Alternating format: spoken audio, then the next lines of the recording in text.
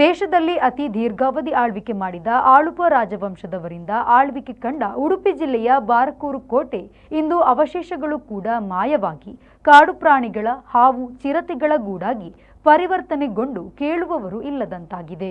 2019 ಜನವರಿ 25ರಿಂದ 3 ದಿನಗಳ ಕಾಲ ಆಳುಪೋತ್ಸವ ಎನ್ನುವ ರಾಜ್ಯ ಮಟ್ಟದ ಕಾರ್ಯಕ್ರಮವನ್ನು ಸಚಿವೆ ಜಯಮಾಲಾ ಮತ್ತು ಜಿಲ್ಲಾಧಿಕಾರಿ ಪ್ರಿಯಾಂಕ ಮೇರಿಯವರ ನೇತೃತ್ವದಲ್ಲಿ ಮಾಡಲು ಸಮತಟ್ಟುಗೊಳಿಸಿ ನಾನಾ ಸಾಂಸ್ಕೃತಿಕ ಕಾರ್ಯಕ್ರಮ, ನಾನಾ ಜಾನಪದ ಕಲೆಗಳ ಪ್ರದರ್ಶನ, ಗಂಗಾರತಿ, ಕತ್ತಲೆ ಬಸದಿಗೆ ಬೆಳಕಿನ ಹಬ್ಬ, ವಿಚಾರಗೋಷ್ಠಿಗಳು ಇದೇ ಕೋಟೆಯಲ್ಲಿ ನಡೆದು ಕೋಟೆಯನ್ನು ಕಾಣದ ಜನರು ಕೋಟೆಯ ಒಳಗಡೆ ಇರುವ ರಾಣಿಯ ಸ್ನಾನ ಸರೋವರ, ಕುದುರೆ ಮತ್ತು ಆನೆಗಳನ್ನು ಕಟ್ಟುವ ಕಲಾತ್ಮಕ ಶಿಲಾಕಂಬಗಳು, ವಾಣಿಜ್ಯ ವ್ಯವಹಾರಗಳು, ಕೋಟೆಯ ಸುತ್ತಲೂ ನೀರು ಹರಿದು ಗೂಗೋಲು ಇರುವ ಕಂದಕಗಳು, ಕೋಟೆಯ ಮತ್ತು ರಾಜರುಗಳ ಕಾಲದ ಗತವೈಭವ ಮತ್ತೆ ಮರುಕಳಿಸುವಂತೆಯಾಗಿತ್ತು. ಆದರೆ ಇಂದು ಸುತ್ತಲೂ ಇರುವ ಕಂದಕ ಕಸದ ಕೊಂಪೆಯಾಗಿ ಕೋಟೆಯ ಒಳಗಡೆ ಆಳೆತ್ತರಕ್ಕೆ ಬೆಳೆದು ನಿಂತ ಕುರುಚಲು ಗಿಡಗಳು, ಒಳಗಡೆ ಹೋಗಲು ಭಯಪಡುವ ವಾತಾವರಣವೊಂದು ಸೃಷ್ಟಿಯಾಗಿದೆ.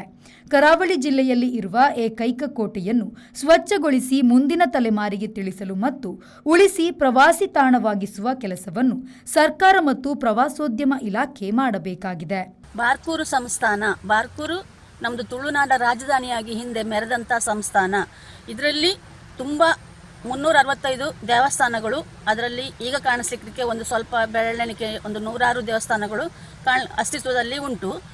ಮುಖ್ಯವಾಗಿ ನಮ್ಮ ಕರ್ನಾಟಕ ರಾಜ್ಯದಲ್ಲೇ ಮೆರಗನ್ನ ಕಂಡಂಥ ಒಂದು ನಮ್ಮ ಈ ಬಾರ್ಕೂರು ಸಂಸ್ಥಾನಕ್ಕೆ ಸಂಬಂಧಪಟ್ಟ ಕೋಟೆ, ಅದರದ್ದು ಈಗ ನೋಡಿದರೆ ಪ್ರಸ್ತುತ ಸ್ಥಿತಿ ನೋಡಿದರೆ ಯಾರು ಮನುಷ್ಯ ಜಾತಿಯಂತೂ ಬರಲಿಕ್ಕೆ ಸಾಧ್ಯ ಇಲ್ಲ. ಕಾಡು ಪ್ರಾಣಿಗಳ ಬೀಡಾಗಿದೆ. ಇಡೀ ರಾಜ್ಯದಲ್ಲಿ, ಇಡೀ ದೇಶದಲ್ಲೇ ಬಾರ್ಕೂರು ಅನ್ನೋ ಊರಿನಲ್ಲಿ 365 ದೇವಸ್ಥಾನದ ಇತಿಹಾಸ ಇದೆ.